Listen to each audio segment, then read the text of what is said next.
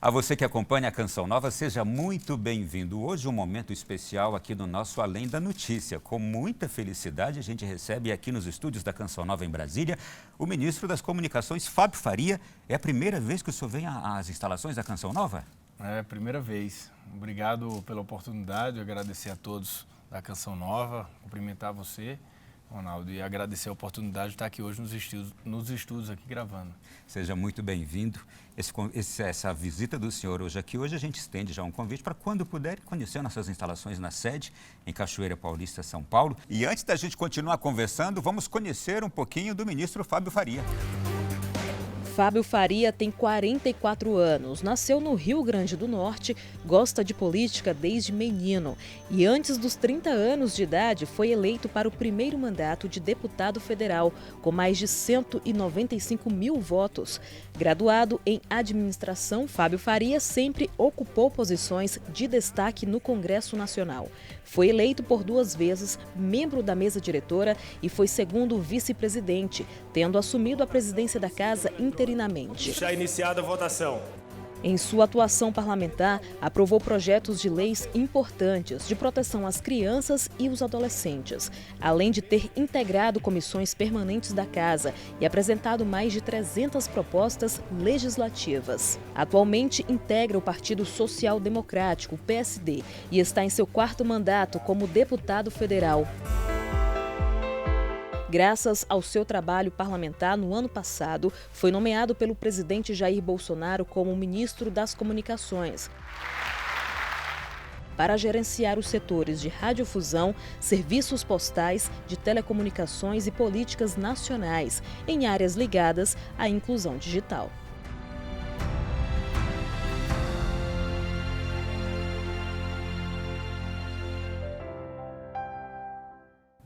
Ministro, e a gente tem importantes aqui notícias que o senhor pode dar para o mundo das comunicações no Brasil, para o nosso povo em geral. Então, a gente gostaria de já começar com essas boas notícias. Semana passada tivemos a Semana das Comunicações e ali importantes novidades surgiram, né? Muita coisa, né? Até o lembrete aí, o troféu na Semana das Comunicações. Foi uma semana de muitas entregas, tanto em radiodifusão como telecomunicações. Nós trouxemos, por exemplo, várias aplicações do 5G que demonstramos no Congresso Nacional, onde o presidente Jair Bolsonaro foi, junto com o presidente da Câmara, o presidente do Senado, diversos deputados, para que a gente possa ter noção do que vai acontecer nos próximos 10 anos com a implementação do 5G.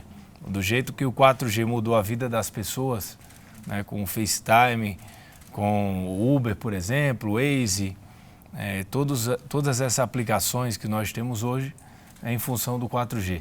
Né? Agora, o 5G vai mudar a vida das pessoas, das empresas, Ronaldo.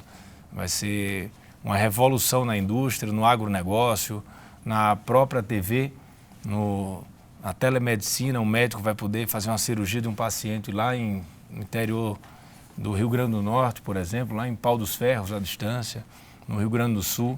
Nós teremos veículos autônomos sem motorista funcionando ao redor do Brasil.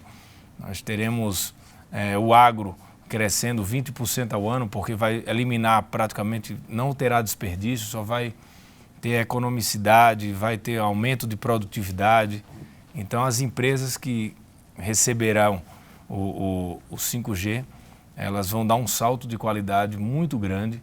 E nós estamos há poucos meses de termos o leilão e ter o 5G num país que vai mudar de uma vez por todas as nossas vidas. Essa é a grande curiosidade de todo mundo, como o 5G vai afetar a minha vida. E a partir de quando isso começará a acontecer?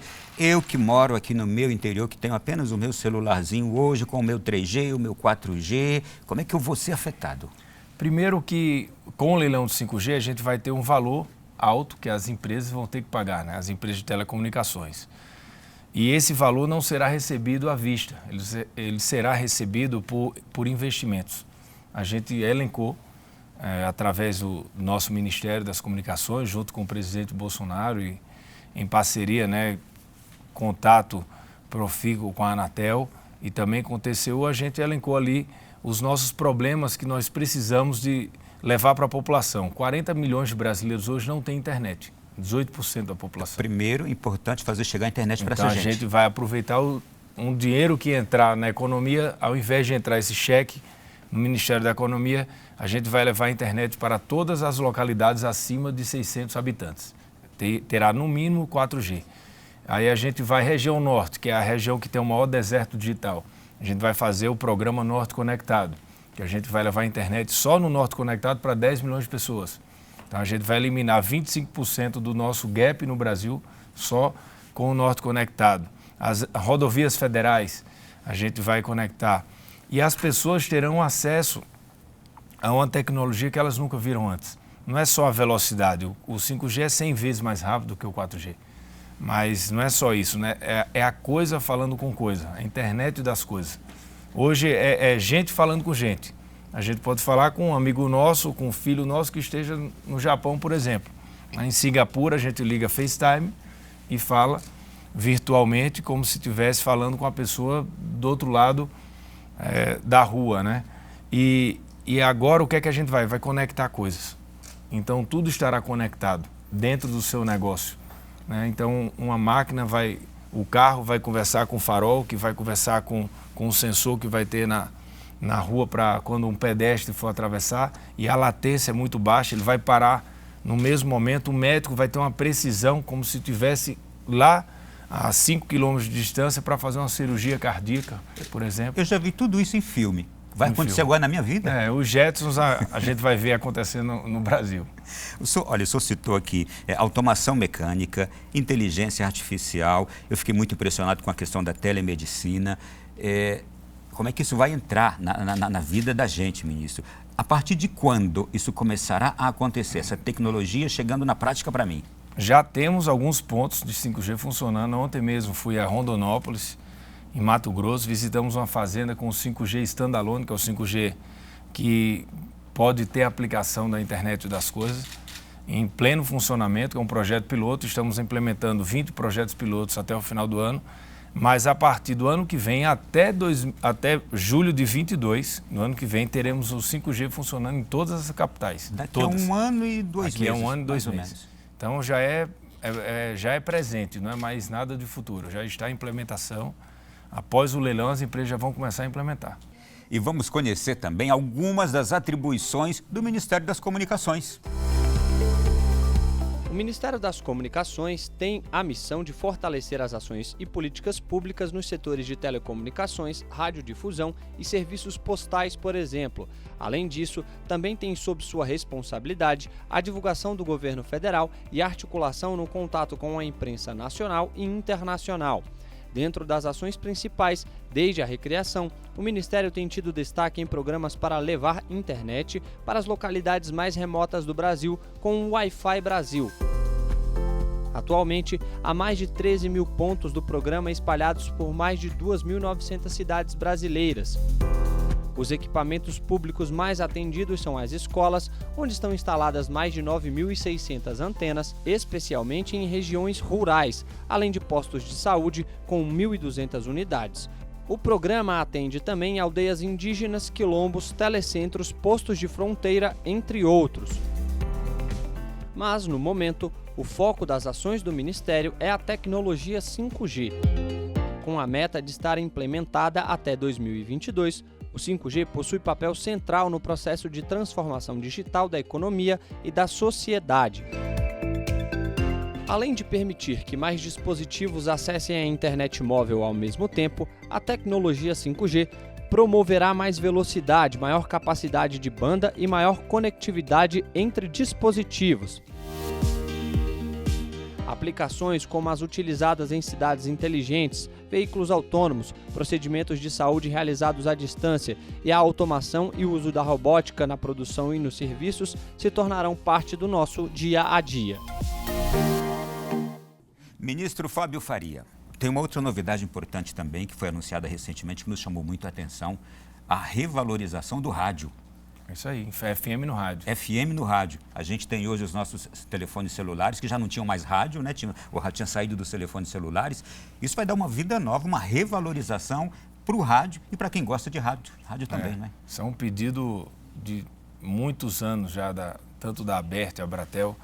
Hoje você tem no aparelho, o seu aparelho, você tem o rádio, mas para você acessar, você tem que ter ou 4G ou Wi-Fi funcionando ou algum tipo de internet. E 90% dos celulares têm habilitado o rádio sem que você precise acessar a internet. Porque como tem 40 milhões de brasileiros que não têm internet, desses 40 milhões, a maioria deles tem celular e não ouve rádio. Por quê? Porque eles não têm programa de dados, ou não têm dinheiro para comprar, ou não têm realmente acesso na região que eles moram. E como a gente vai dar acessibilidade para essas pessoas, inclusão digital, inclusão social, fazendo com que as empresas habilitem. Então não existe custo para a empresa, apenas elas vão habilitar. Elas já têm essa função que estava desabilitada, que a partir de agora nós iremos habilitar, e o Brasil todo vai estar conectado. Os que não tiverem internet, pelo menos vão poder saber o que o governo federal vem fazendo, os programas aí importantes de rádio da Canção Nova, trazendo esperança para a população, a palavra de Deus, que muita gente, você está lá nos canaviais, está no meio da roça, né, a família é longe, você querendo visitar um parente que mora na capital e você não tem nada ali, mas você vai ter o rádio sem você ter que pagar programa de dados. Então isso também foi uma entrega importante do Ministério. O ministro entende o valor que tem essa comunicação de meios como a Canção Nova, sobretudo num momento como este também de pandemia, em que as pessoas estão vivendo muita depressão, cresceu uma onda enorme de estresse, pessoas enfermas de diversas outras formas também, e a palavra de fé que traz esperança, o ministro entende isso como importante também, esses veículos assim religiosos? Óbvio, é claro, hoje todos nós precisamos de esperança, né? E assim, por isso que o presidente lutou tanto para que se abrisse as igrejas e os templos em todas tanto as católicas, evangélicas, enfim, todas que pudesse abrir. Hoje muita gente vê pela internet, pela TV, mas hoje as igrejas todas, elas já têm todos os protocolos de saúde, você às vezes até tem que marcar para ir, fazer o agendamento, tem álcool gel, tem máscara, você faz o distanciamento. E a pessoa que não quiser ir, que puder assistir pela internet, ela assiste.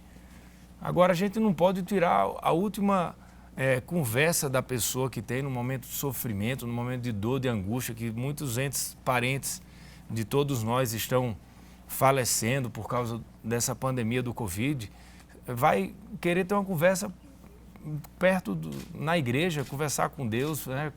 Rezar, orar, fazer qualquer tipo de fé que ela exerça, e a gente vai tirar isso da pessoa.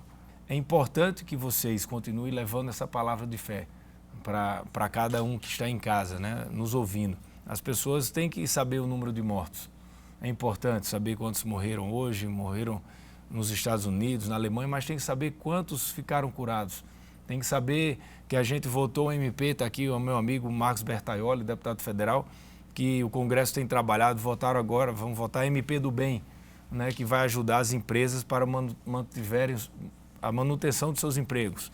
E isso a pessoa que está na ponta tem que saber, que ela não vai ficar desempregada porque o governo federal, junto com o Congresso, aprovou uma medida provisória para ajudar. Tem que saber que o auxílio emergencial, aquelas pessoas que estão passando fome, o auxílio emergencial vai entrar em vigor de novo e que as pessoas vão receber na agência tal, na empresa tal, e que evite aglomeração, isso, aquilo. Então, tudo isso hoje a gente tem a oportunidade de falar, mas infelizmente a pauta negativa tomou conta.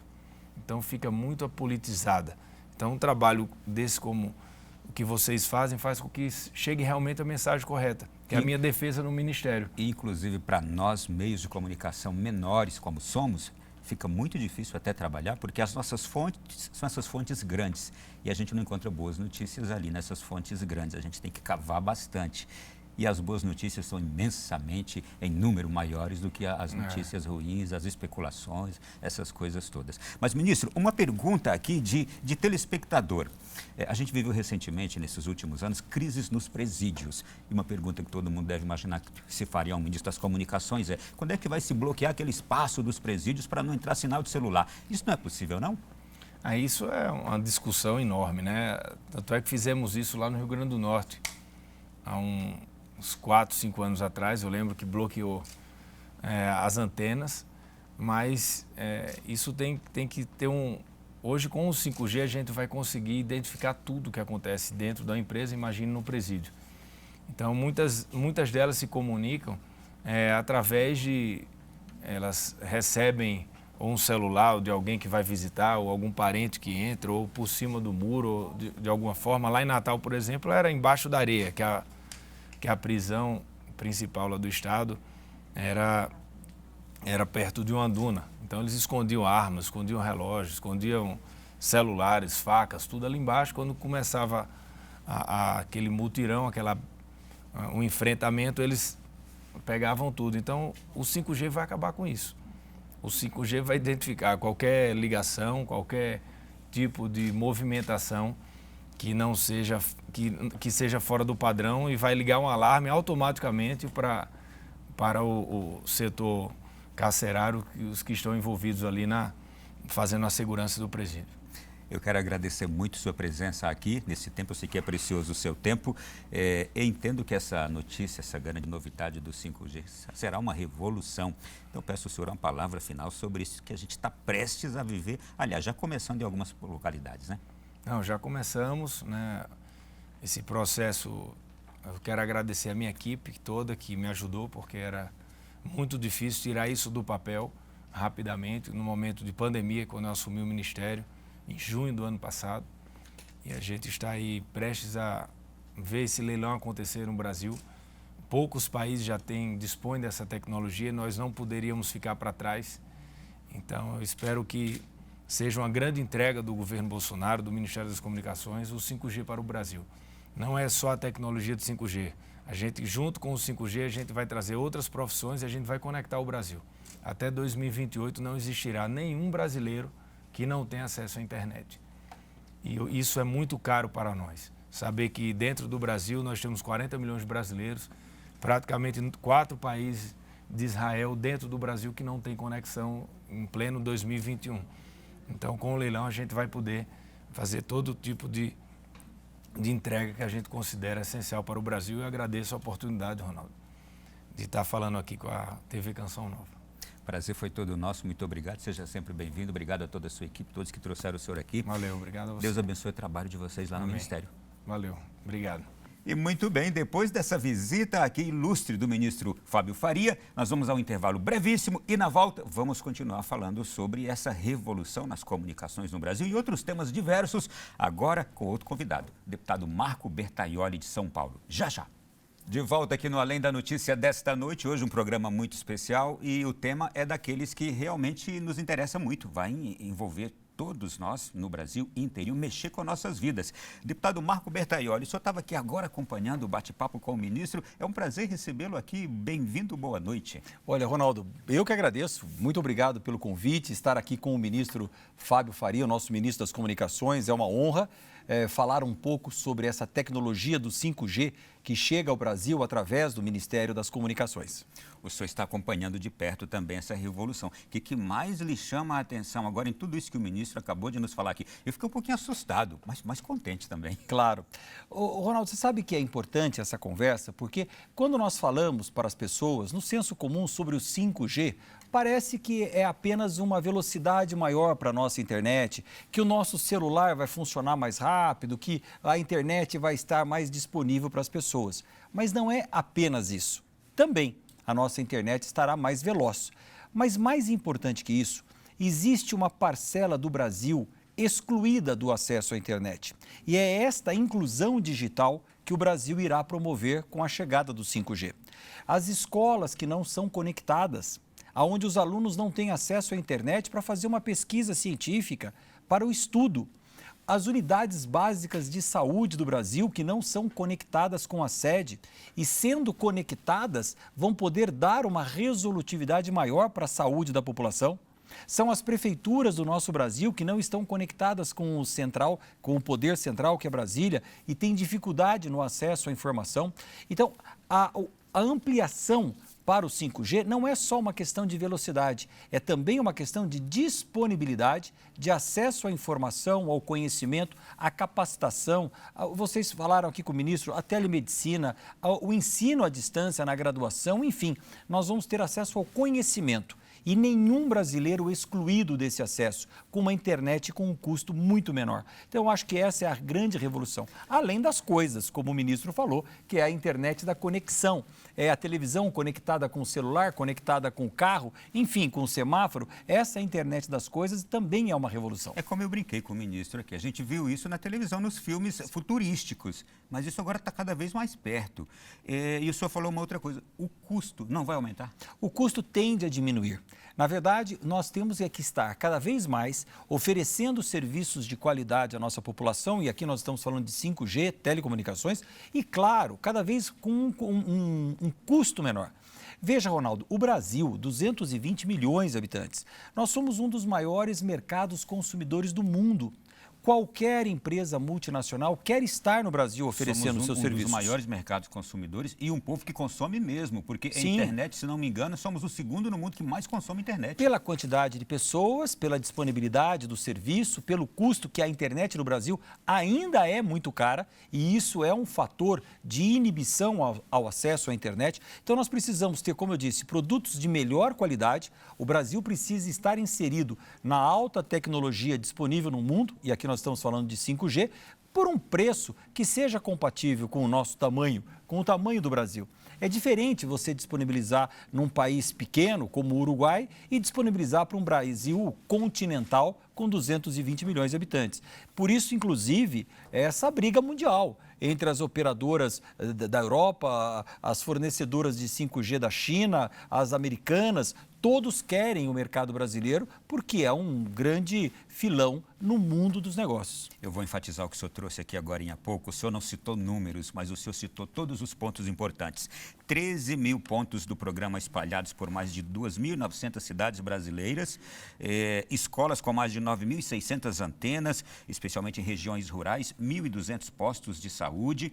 Este programa vai atender lugares, como o senhor disse, que não chegava nem internet, como, por exemplo, aldeias indígenas, quilombos, telecentros, postos de fronteira e etc. Isto é, além de chegar com uma tecnologia altíssima de ponta, o 5G, ainda vai cobrir esse buraco que existia. Sim. Na verdade, o Brasil não tinha até então um satélite de propriedade brasileira que pudesse fazer a cobertura de todo o território nacional com internet. Esse satélite foi ao espaço. Hoje o Brasil tem o Brasilsat e, na gestão, inclusive, do ex-ministro Gilberto Kassab, iniciou um programa chamado Internet para Todos, que leva essa conectividade a todos esses pontos distantes do Brasil que você citou. Então, nós temos dois processos para serem feitos e que estão acontecendo. Conectar o Brasil através de antenas que o sistema Telebrás está colocando em todo o território nacional, nas áreas rurais, nas áreas agrícolas, nas áreas distantes, e a tecnologia do 5G completando este serviço. Então, é uma ampliação de cobertura nacional para que nenhum ponto do Brasil esteja desconectado e também a questão da velocidade. Os nossos telespectadores vão se lembrar, há pouco tempo atrás, nós não tínhamos o sinal da televisão em pontos isolados do Brasil. Nós tínhamos aquelas antenas de espinha de peixe e em alguns lugares o sinal chegava, outros lugares, por VHF, né? Em outros lugares o sinal não chegava. E as pessoas estavam sem acesso à televisão. Quando esse sinal foi disponibilizado por satélite, hoje com qualquer antena parabólica, em qualquer ponto do Brasil, você tem um sinal de qualidade. E é esse mesmo princípio que vai nortear a ampliação da internet no Brasil. Vou pedir ao senhor que explique um pouquinho mais ainda sobre esta chegada também a prefeituras, a cidades, lugares desassistidos, que é o programa Cidade Digital do Ministério das Comunicações. É levar a internet até esses rincões do Brasil. Quando você disponibiliza serviços públicos através das prefeituras, elas podem, com essa antena que a Telebrás está instalando para conectar a prefeitura, ela pode colocar aquilo que nós conhecemos como roteador, um multiplicador de sinal, um amplificador de sinal e disponibilizar acesso do Wi-Fi para aquela comunidade no entorno da localidade, 200 metros, 300 metros. Então, este programa das cidades digitais conecta os serviços públicos. É como se nós soubéssemos, por exemplo, nós vamos pegar um exemplo prático para as pessoas entenderem. Neste momento, quantas pessoas estão gripadas no Brasil? Isso através da conectividade com todos os postos de saúde. E se todos os postos de saúde estiverem conectados online com o SUS, o Sistema Único de Saúde, no Ministério, nós vamos saber quantas pessoas passaram pelos postos, pelas unidades básicas de saúde do Brasil no dia de hoje e que apontaram uma gripe como causa da sua má indisposição, enfim. Então, nós temos um acesso, inclusive a pandemias, perceber antes o que está acontecendo em algumas localidades, em localidades distantes, é o acesso ao serviço público para que a resposta seja mais rápida e a gente possa oferecer, inclusive, nesse caso, uma saúde de qualidade a toda a população brasileira. Eu só quero aproveitar ainda nessa toada que a gente está, deputado, porque recentemente a gente falou sobre esse satélite brasileiro que o Ministério da Ciência, Tecnologia e Inovações tem lá no Espaço Brasil-Sat. E tem um outro também na Amazônia agora, até para ajudar a prevenir nas queimadas, em tantas outras coisas. Esse satélite, o Brasil-Sat, o que ele detecta ou o que ele aponta, como ele ajuda a governabilidade? Na verdade, o satélite é uma banda de transmissão que uma parte dela está disponível para os sistemas de telecomunicações. Mas uma parte desse satélite, bastante amplo, ele está dedicado à governança brasileira, aos sistemas de segurança, a monitoramento da Amazônia, à utilização pelo Exército, pelas Forças Armadas, aos sistemas de segurança brasileiro, aonde este pedaço que é utilizado pelos sistemas de comunicação, pela internet, não tem acesso. Então, quando um país tem autonomia para ter um satélite seu no espaço, e o satélite tem uma vida definida pelo tempo que o combustível durar, 20 anos, por exemplo, esse satélite é utilizado pelas forças de monitoramento de segurança do nosso país. Muito bem. Estamos aqui conversando com o deputado Marco Bertaioli. Estamos hoje falando sobre comunicações em geral, depois da visita do ministro das Comunicações aqui aos estúdios da Canção Nova em Brasília. E, deputado, o Ministério das Comunicações, que o senhor conhece tão bem, ele tem os setores de telecomunicações, radiodifusão e serviços postais. Com essa revolução toda tecnológica que a gente está vendo aí acontecer agora com o 5G que chega, como serão afetados esses outros setores aqui? Olha, aí é uma grande discussão, inclusive, que passa pela Câmara Federal neste momento. No sistema de distribuição de correspondências, os serviços de logística que nós temos no Brasil, a Agência dos Correios, a empresa Correios. A grande discussão hoje é a privatização do sistema de Correios. Nós estamos estudando na Câmara Federal diversos pontos positivos para que isso aconteça e diversos pontos negativos para que isso ocorra. Há princípios para os dois lados, por isso que a discussão é bastante rica. Pontos favoráveis à privatização dos Correios, pontos contrários à privatização dos Correios. É diferente quando você fala, por exemplo, Ronaldo, que nós temos um satélite e esse satélite tem uma faixa estendida dedicada à segurança nacional, utilizado pelo Exército, pela Marinha, pela Aeronáutica, para o monitoramento da Amazônia, para o monitoramento das fronteiras brasileiras. Nós conseguimos detectar com esse satélite, com esse sistema brasileiro, movimentações irregulares na fronteira, tráfico de drogas, contrabando, enfim. Agora, quando nós falamos de uma empresa de logística, quando nós falamos dos Correios, será que nós temos a necessidade de ser, no nosso Brasil, uma empresa pública? Será que há necessidade de resguardarmos a segurança, como no satélite, também para uma empresa de distribuição de correspondências? Ou será que essa empresa vai prestar um serviço melhor ao Brasil por um custo menor se ela for privatizada e operada pela iniciativa privada? Essa é a grande discussão no Brasil hoje. Os senhores analisam outros modelos no mundo? Claro. Nós tivemos já modelos sendo comparativos, vários da Europa, nos Estados Unidos, onde os serviços são todos privados, mas o grande foco, na minha opinião e o que eu defendo, não é antes de discutir se é público ou se é privado, é a efetividade do serviço. Nós não podemos ter, por ser público, um serviço mais atrasado ou quase obsoleto, tardio, com um custo elevado, porque eu quero manter esse serviço público. O que nós precisamos analisar sempre é como a população do meu país estará melhor servida por aquele serviço por um custo menor, gerando emprego, gerando impostos. Será que o Correio, atuando como uma empresa privada, não vai estar recolhendo mais impostos aos nossos governos municipais, estaduais e federais? E com isso eu invisto em saúde, educação e segurança nacional, que são os pilares da gestão pública? Essa é uma discussão muito rica que está acontecendo neste momento no Congresso Nacional. Está avançada a discussão? Muito avançada. A privatização da Eletrobras e a privatização dos Correios são os as duas empresas públicas com maior avanço dentro da Câmara Federal para que sejam colocadas num leilão público, ou tenham o seu capital aberto na Bolsa de Valores, ou tenham verdadeiramente a venda realizada. Deputado Marco Bertaioli, voltando a falar aqui dessa revolução tecnológica, assunto do nosso programa de hoje, 5G chegando. Qual será o reflexo na economia e qual será o reflexo também na vida da sociedade, a chegada do 5G? Olha, nós temos dois fatores importantes para serem analisados, Ronaldo. O primeiro deles é qual o reflexo na economia. Nós estamos num momento atípico, num momento difícil da economia brasileira e mundial. Nós estamos aí no meio de uma pandemia que está exigindo investimentos que nenhum país estava preparado para tê-lo.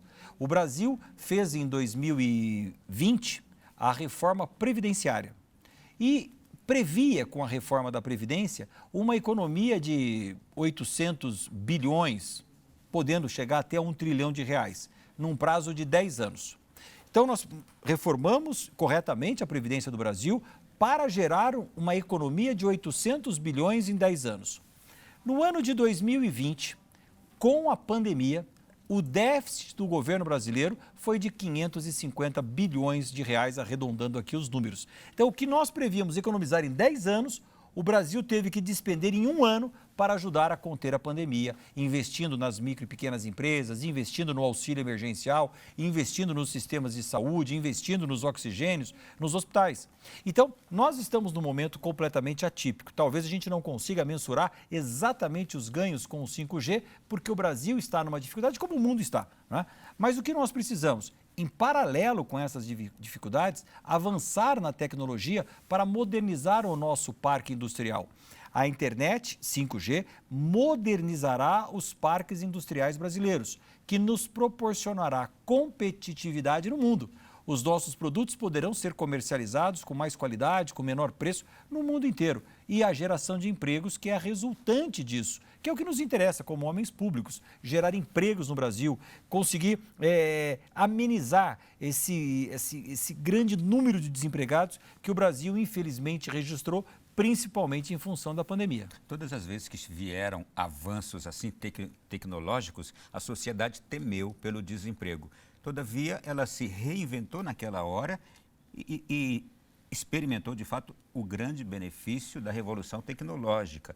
Não é para se temer agora também, não? Eu acredito que não há para se temer, há que se inovar. As disponibilidades de cursos de formação, e aí sim, cursos públicos, acesso ao conhecimento, nós não podemos segregar o conhecimento entre quem pode pagar por ele e quem não pode.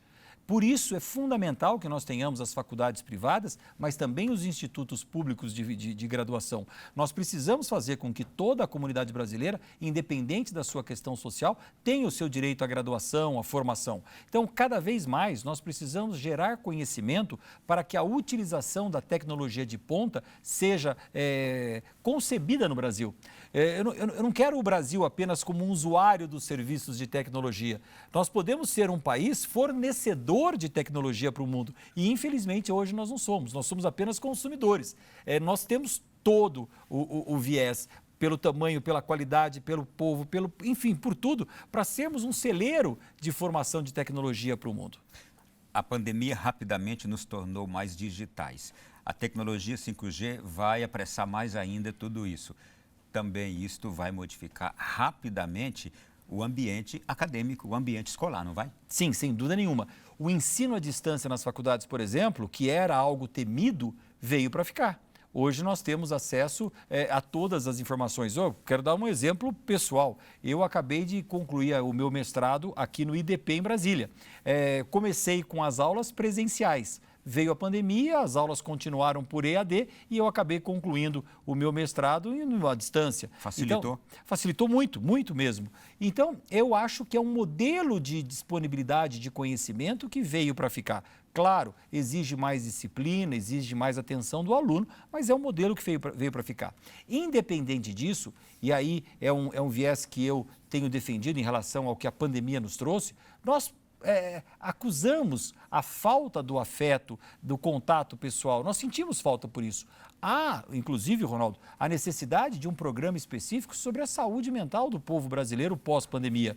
Como é que está a cabeça das pessoas? Eu vejo, por exemplo, adolescentes, crianças, jovens, sofrendo muito com esse isolamento, perdendo os seus melhores momentos de vida numa faculdade, num colégio. Crianças de 5, 6 anos que não tiveram acesso à alfabetização, porque não se faz a alfabetização à distância. São conceitos diferentes. Por mais que o pai, que a mãe queira ensinar o abecedário em casa, o convívio, a socialização da criança é importante. Então, nós vamos ter muito que aprender, mas também reconhecer, por maior que seja a tecnologia que nós estejamos disponibilizando, o afeto, o contato é muito presencial e nós somos um povo quente, nós somos um povo afetuoso. O brasileiro é um povo carinhoso que precisa da companhia dos seus familiares, enfim, nós não vamos ter um distanciamento maior por causa do 5G. Deixa eu problematizar um pouquinho, mas será um desafio para a nossa humanidade, para a nossa sociedade brasileira, mas para a humanidade toda, este avanço que a gente teve agora, tornando-nos todos muito mais digitais. Será um desafio, esse de nós não nos isolarmos, este de nós, com toda a facilidade do mundo virtual, não nos... nos distanciarmos e, além disso, há a grande problematização também da dependência digital. Então, é um desafio para o homem lidar com as duas situações que são igualmente importantes, né? Ronaldo, eu traduziria essa sua problematização do conceito da digitalização da seguinte forma: em absolutamente tudo na vida, o que nós todos buscamos, e é sempre o difícil, por mais que pareça fácil, é o equilíbrio das posições, em todos os momentos da vida, seja no mundo virtual com a presença física, no isolamento ou na distância, seja na privatização dos Correios ou não, seja, enfim, em qualquer tema da vida, o grande desafio é o equilíbrio, né? Então, esse é o encontro que nós precisamos fazer na nossa vida em todos os setores. Quando nós conseguimos equilibrar esse acesso à tecnologia com a presença física, com o compartilhamento de ideias, com o compartilhamento de vidas, nós temos o equilíbrio que nós todos buscamos. Nem tanto ao A, nem tanto a B. Esse é o grande mistério da vida, é conseguir ter esse equilíbrio. Posso usar um clichê antigo? E assim caminha a humanidade, não tem volta, né? E assim caminha a humanidade, se a gente não for tem ver volta. toda a evolução da humanidade, por exemplo, vamos pegar coisas banais, bem mais recentes, veio o automóvel, veio o avião, vieram essas tecnologias, sim, a gente não tem mais como voltar. Sim, a própria Revolução Industrial, o que está mudando na nossa vida, Ronaldo, é que essas transformações, essas mudanças, esses avanços tecnológicos, eles continuam ocorrendo e sempre ocorreram e vão continuar ocorrendo. A diferença é a velocidade com a qual eles estão ocorrendo. Eu quero aqui dizer, tenho 53 anos, né? Há 30 anos atrás, quando eu tinha 20, na casa dos 20 anos, eu era professor de informática. Eu tinha uma escola de informática. Os computadores que tinham no mundo eram o TRS-80, era a Prológica. Isso, para mim, é algo muito vivo, porque faz poucos dias. Agora, para os jovens de hoje, nunca ouviram falar em Rádio Check, TRS-80, microdigital, TK, isso não existia para as pessoas. Então, a mudança é muito mais veloz. E muitas vezes, aí sim, a nossa cabeça não tem esta mesma velocidade para assimilar essas mudanças. E nem precisamos ter, esse é o fato. Quando nós queremos competir com a máquina nos avanços tecnológicos, nós ficamos meio em parafuso, né? E nós não precisamos ter essa velocidade. Nós precisamos conviver e utilizar da melhor forma possível para facilitar a nossa vida. Repercutindo aqui o bate-papo com o ministro no primeiro bloco do programa, o senhor gosta de rádio? Eu adoro rádio.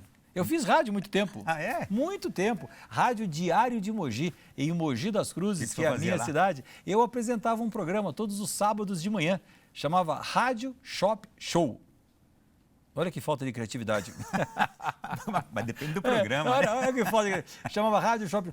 Como eu sempre pertenci ao sistema de associações comerciais, eu fazia um programa de entretenimento que também divulgava as ofertas do comércio local. Então, durante a minha juventude ali, até os 20 e poucos anos, eu trabalhei em rádio, fiz rádio, e algo que dá uma velocidade de raciocínio gigantesca, uma habilidade de comunicação maior. O rádio é um grande instrumento de comunicação. E um companheiro de quem está em casa em todo Puxa lugar. Vida, né? o tempo todo. A gente não consegue carregar a televisão, mas consegue carregar o rádio. Carregar o rádio. Essa notícia é boa, então, de que o rádio volta agora a todos os celulares, obrigatoriamente? Sim. O celular com 5G transforma-se num aparelho de rádio. e você sintoniza a rádio que você desejar no aparelho de celular, sem precisar... Qualquer rádio. Qualquer rádio que esteja... No alcance ali da região. No alcance da região e que esteja com a transmissão em FM, né? Não as AMs. Então, todas as rádios estarão. Nós vamos ter um rádio portátil nas mãos. Nosso smartphone se transformará num rádio portátil. Não a pilha. Ainda repercutindo aqui a nossa conversa com o ministro das Comunicações, depois eu quero entrar em outros temas importantes para quem está nos acompanhando agora, a MP do Bem, que é uma notícia, como o senhor trabalhou bastante nela, para a gente conversar agora com o trabalhador brasileiro, o empresário, microempresário brasileiro, algumas reformas também, mas antes, repercutindo aqui, parece que nós estamos, eu digo parece, mas eu tenho quase que certeza, que nós estamos num momento de crise na comunicação. Olho para o nosso Brasil e me preocupa, porque a gente tem dificuldade de ouvir coisas boas. A gente tem dificuldade de receber notícias simplesmente de fatos, de atos. E a gente só ouve, parece que uma certa seletividade de algumas coisas, algumas seleções de algumas coisas. É uma impressão só minha? Eu sou comunicador, eu fico muito atento a isso e sou afetado com as mensagens que ouço e que vejo. E muitas vezes me sinto mal. Como é que o senhor analisa esse momento da nossa comunicação, da nossa imprensa brasileira? Olha, além do problema da comunicação e só ter um viés sempre pejorativo, sempre negativo, sempre triste, parece que a notícia ruim vende mais do que a notícia positiva, nós temos um outro problema semelhante, Ronaldo, nesse momento, que são as distorções das notícias, as famosas fake news. Com o acesso à informação muito amplificado em função dos celulares, das redes sociais, enfim, nós acabamos tendo notícias deturpadas e elas vêm para nós, através dos celulares, através das redes sociais, através das redes digitais, de uma maneira tão bem embaladas que você passa a acreditar que aquilo seja verdade. E se você não estiver preparado para dirimir, para entender aquela notícia, você a tem como verdadeira e muitas vezes não são. E isso acaba formando a sua opinião, formando a sua ideia, lastreada em algo falso, lastreada em algo que não existe. Muitas vezes você ficou chateado, com raiva, bravo com alguém e que depois você foi aferir, aquilo não procedia, aquela notícia não era verdadeira. Então eu acho que essas notícias, as famosas fake news, têm afetado o comportamento humano de uma maneira muito, muito ruim. Nós podemos citar exemplos aqui, desde uma família que se separa por causa de notícias, por causa de uma colocação que às vezes não traduz a verdade, ou até a interferência num sistema eleitoral, como nós vimos nos Estados Unidos com a eleição do Donald Trump. Quer dizer, há uma possibilidade, e aí sim é muito perigoso, Ronaldo, e nós temos que descobrir como conter isso, da percepção do sentimento das pessoas através das redes sociais. E você começar a ter só informações daquilo que você acha que seja correto. Por exemplo, se você entrar numa notícia hoje sobre pandemia, muito provavelmente todas as notícias que você receberá nos próximos 10 dias sejam sobre pandemia. Então você recebe aquilo que você está acostumado a ver. E sempre com um aspecto muito ruim. E sempre com o mesmo viés. Por que eu estou dizendo isso para o senhor? Porque eu tenho um programa de rádio diário, eu escuto as pessoas, eu converso com o ouvinte diário no rádio, diariamente no rádio, e eu ouço muitas outras pessoas no dia a dia também. E conheço muita gente que me diz no rádio, na rua, onde ando, eu não estou mais assistindo jornal, porque eu não aguento mais ouvir só notícia ruim. Uma predominância de notícias ruins. Quando existem acontecimentos bons de toda a natureza. Posso dar um exemplo para você agora. O Ministério da Economia acabou de editar uma medida provisória que recebeu o número de 1040. Toda medida provisória tem um número porque é uma legislação que entra em vigor. Essa legislação hoje está na Câmara Federal para ser votada. Eu tive a honra de receber do presidente da Câmara, o deputado Arthur Lira, a incumbência de ser o relator desta matéria. E eu estou com muito afinco, há um mês, trabalhando, estudando, me dedicando, conversando com o Brasil, com os segmentos, com as associações, com os sindicatos, para entender o que fazer de melhor nessa medida. E o que ela diz, Ronaldo? Essa medida chama-se Ambiente de Negócios. Ela transforma o Brasil num ambiente mais propício à instalação de empresas, seja uma microempresa aqui no bairro de Brasília ou seja uma multinacional que venha se instalar no nosso país. Este ambiente precisa ser desburocratizado, simplificado, menos caro, os nossos impostos são elevados e complicados, enfim. Se nós tivermos um ambiente mais propício aos negócios, nós vamos ter os empregos de volta. Quem gera emprego são as empresas brasileiras. Nós não temos mais empregos porque as nossas empresas estão passando por dificuldades. Precisamos simplificar esse ambiente. É esse o meu trabalho hoje. Pós-pandemia, como vamos gerar empregos? E eu tenho trabalhado muito para que isso ocorra.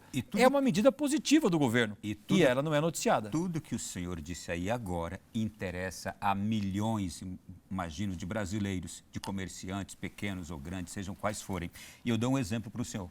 Ontem à noite ainda eu estava aqui no supermercado em Brasília, encontro o senhor Vasconcelos. Ronaldo, meu nome é Vasconcelos, eu vejo você na Canção Nova, mas pode me chamar de Vasco. Eu sou dono de uma banca de jornal. Falou, as bancas de jornais aqui em Brasília faliram.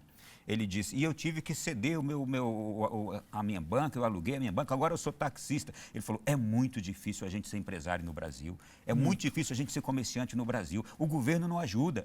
É isso aí que você vai tratar, não é? Olha, é exatamente isso, Ronaldo. O fato é que, pegando um exemplo aqui importante, uma senhora que aprendeu a fazer bolos e faz bolos muito bem. Aí ela recebe uma opinião, um conselho de alguém e diz, olha, Dona Maria, a senhora faz bolos tão gostosos, por que a senhora não começa a fazer bolo para vender?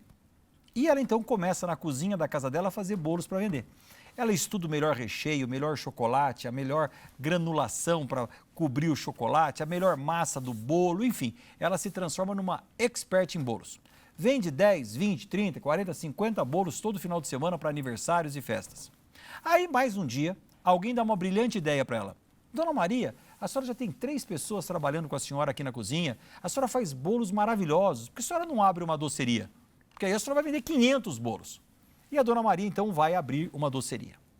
Depois de 30 dias, ela descobre que para ter uma doceria, ela não vai entender mais de recheio, de chocolate, de cobertura e de bolo. Ela vai ter que entender de impostos, ICMS, aluguel, IPVA, IPTU, contribuição trabalhista, contrato de trabalho, CLT, ela passa-se em contabilidade, ela passa a se envolver com uma parafernália de coisas que não são mais o seu negócio. E depois de um ano, sua doceria está fechada. Está fechada por quê? Porque os bolos não eram bons?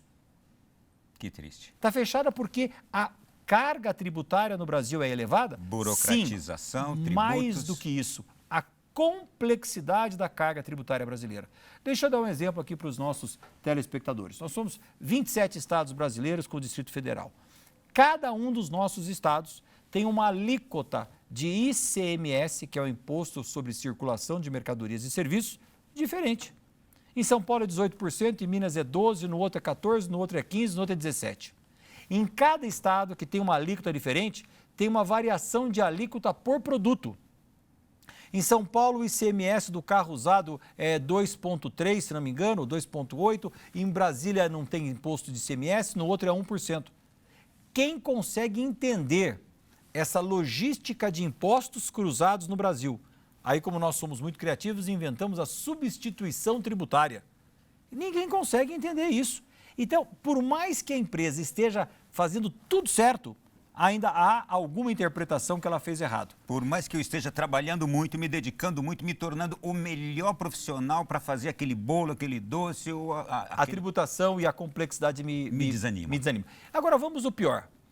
Uma empresa japonesa quer investir no Brasil e montar uma empresa aqui. Vai gerar 1.500 empregos. Como que esta empresa japonesa vai entender o sistema tributário brasileiro? Como que ela vai entender que se cada estado tem um ICMS diferente? Como que ela vai entender que para gerar um emprego, o encargo sobre o salário daquele trabalhador é 100% maior? Eu pago 1.000 de salário e tenho que pagar mais 1.000 de impostos para gerar um emprego. Que loucura é essa de cobrar impostos sobre o salário do meu trabalhador? Então nós não queremos gerar emprego no Brasil. Bom, o senhor tem essa missão aqui, portanto, desse projeto 1040, MP da desburocratização? MP do ambiente de negócio. Do ambiente de negócio. É o nome que essa medida provisória recebeu. E o senhor será o relator, o senhor que vai construir o texto para melhorar essa realidade toda. A gente precisa rezar pelo senhor, viu? Olha, é um desafio imenso, mas eu estou muito motivado para ajudar o meu país. Sem dúvida nenhuma, nesse meu mandato, é uma das medidas mais importantes. Eu tive a oportunidade de contribuir com uma legislação o ano passado, que é a liberdade econômica. Fui relator do contribuinte legal, que criou uma nova realidade entre o fisco e o contribuinte brasileiro, seja pessoa física ou jurídica. E agora estou com esta missão da medida do ambiente de negócios. Isso é o que nos motiva a fazer aqui do nosso mandato um mandato de resultados para o nosso país. Tem prazo. O nosso prazo é agora no início de junho. Início de junho para ser tratado isso. Para ser entregue o relatório final, para ser votado na Câmara até 28 de junho, para que seja entregue ao Senado e seja votado até 28 de julho. Uau! Uau! Então a gente realmente temos muito trabalho pela frente. Há uma relação direta entre esta medida provisória do ambiente... É medida provisória? Medida provisória do ambiente de negócio com a reforma tributária. Não tem como não ter, não é? Sim, total. A melhor modernização do ambiente de negócios é uma reforma tributária. Agora, por que é tão difícil fazer reforma tributária no Brasil? Se nós conversarmos aqui com todos que estão no estúdio, com toda a população, você não vai encontrar ninguém contrário à reforma tributária. Ninguém. Todo o Brasil é a favor da reforma tributária. E por que ela não ocorre? Porque a reforma tributária que você quer é diferente da que eu quero.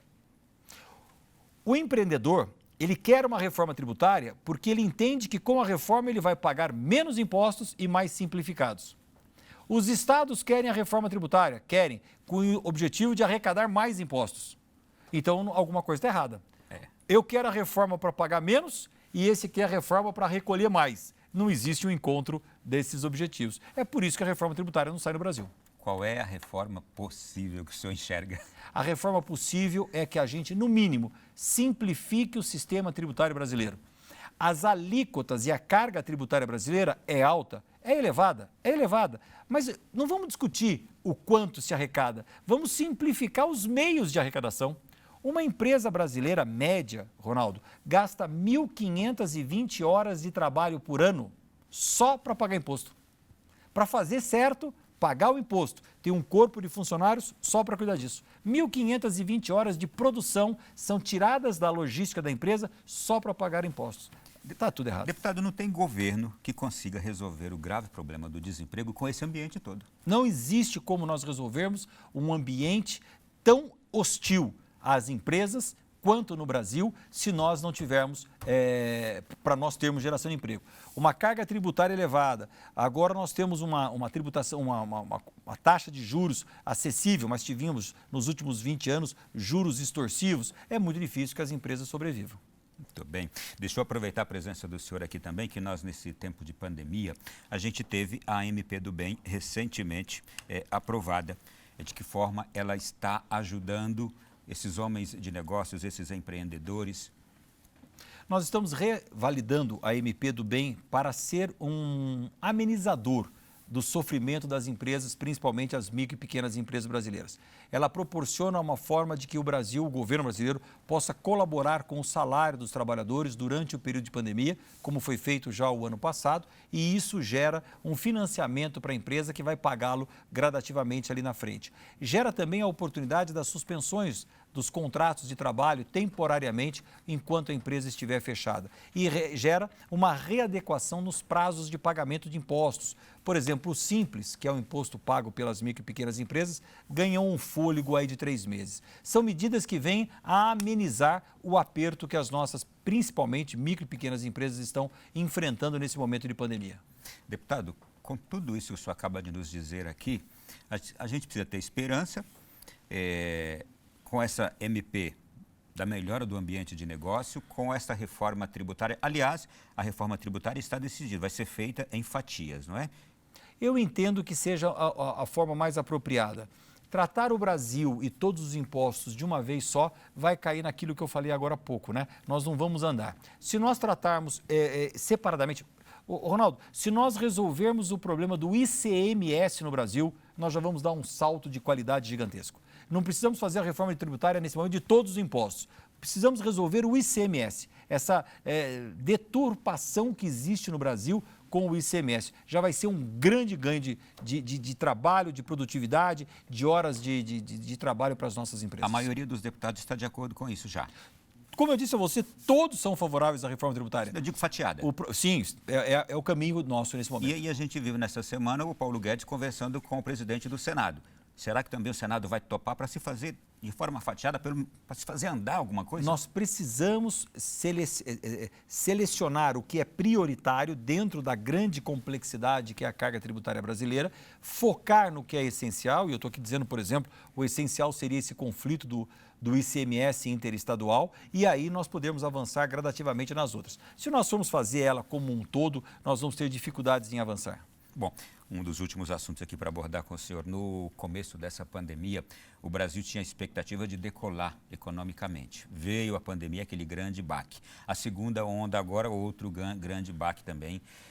Neste momento, o Brasil está conseguindo preservar bem suas bases econômicas para quando passar esse período, e a gente pede a Deus que passe logo, logo, a gente conseguir se levantar rapidamente? Olha, é difícil falar que nós estamos preservando quando o Brasil está se endividando para poder fazer frente a essa pandemia. Como eu disse a você, o ano passado foram mais de 550 bilhões de déficit. Esse ano de 2021, nós começamos com um cálculo aí de 150, 200 bilhões e isso deve crescer. Nós devemos chegar nas expectativas que nós estamos vendo aí a 300, 400 bilhões de déficit. Então, não é um ambiente muito propício, mas o Brasil é maior do que tudo isso. Nós temos algumas características importantes. Nós hoje tanto podemos disputar o mercado mundial, como temos que valorizar o mercado interno, que é muito vasto, são 220 milhões de habitantes, um território de dimensões continentais. Então, nós temos duas frentes para serem trabalhadas e exploradas, né? O mercado internacional e o mercado interno. As nossas empresas precisam de condições para essa competitividade, melhorar a sua produtividade. E é isso que nós estamos trabalhando com várias legislações. Nós precisamos de verdade parar um pouco de politizar o Brasil, Ronaldo. Você veja que o grande problema desse atraso na pandemia de vacinas é a politização. E aqui eu não quero falar quem está certo ou quem está errado. Quem politizou está errado, porque o foco é a saúde pública, não é a questão partidária. Então, todas as vezes que nós politizamos as discussões de políticas públicas, nós estamos rodando para trás. É muito importante, essa é uma dica aqui para os nossos telespectadores, quando nós formos falar, qualquer homem público do Brasil, quando for falar de uma política pública, de saúde, de 5G, disso, daquilo, repara se esse homem público, essa pessoa pública, está falando do assunto ou se vai para um viés partidário. Aí é porque as coisas se contaminam e não andam. Deputado, onde está o nosso grande tesouro? Alimentos, produção alimentar, agronegócio? É aí que está, é para aí que a gente tem que olhar e preservar isso, porque é uma riqueza que temos e que nos manterá sustentados diante dessa crise mundial? Olha, o Brasil tem várias fortalezas e elas precisam ser melhores exploradas. Sem dúvida nenhuma, o nosso agronegócio é o campeão mundial de exportação, a nossa balança comercial batendo recordes em função fundamentalmente do agronegócio. O câmbio está muito desfavorável para o Brasil, o dólar muito caro, portanto, os nossos produtos estão muito baratos lá fora. Exportar é muito compensador hoje, comprar do Brasil. E o que nós temos para vender de melhor no mundo hoje são os nossos grãos, é a nossa agricultura, além de alguns outros produtos que nós exportamos. Mas é muito importante nós avaliarmos os serviços do Brasil, são essenciais, um clima para o turismo. Nós somos o país mais convidativo do mundo para se visitar. O que nos impede são 300 fatores, que um dia a gente pode fazer um programa sobre isso. Fomentar o empreendedorismo brasileiro, a micro e pequena empresa. 98% das empresas brasileiras são micro e pequenas. Gerar emprego. Então, nós temos várias frentes para atacar, mas elas requerem algumas premissas. Essa desburocratização que nós falamos, essa reforma tributária e, fundamentalmente, segurança. Que esse país seja um lugar previsível, que nós não vivamos mais na imprevisibilidade do amanhã e que a gente tenha certeza de onde nós vamos chegar. Eu quero agradecer enormemente. Olha quantos assuntos a gente falou aqui. Puxa vida. Não é? Muitos. Foi muito bom. Obrigado por estar aqui, por estar junto com o ministro que esteve conosco no primeiro momento deste programa e depois por esse tempo que o senhor nos concede aqui para tratarmos de assuntos tão preciosos, tão importantes. E bom trabalho para o senhor lá como relator desta medida provisória do ambiente de negócio, como nós estamos precisando agora de mudanças nessa nossa legislação. Prazer. Que Deus lhe abençoe, deputado. Eu que agradeço muito essa oportunidade de estar aqui na Canção Nova, em Brasília, ao lado do nosso ministro Fábio Faria das Comunicações. Para mim é uma honra muito grande poder estar aqui falando do nosso Brasil e num programa com uma audiência gigantesca como é o seu aqui, Ronaldo. Muito obrigado por essa oportunidade, a toda a direção da Canção Nova. Um abraço muito grande, fiquem com Deus, saúde, vai passar, daqui a pouquinho nós vamos estar todos juntos. Amém. Obrigado. Obrigado. Muito bem, você que esteve conosco até agora também, nossa gratidão. Continue com a programação da Canção Nova. Esse programa pode ser revisto já, imediatamente, no nosso canal do YouTube. Fique com Deus e até a próxima semana em mais um Além da Notícia, aqui diretamente de Brasília. Boa noite.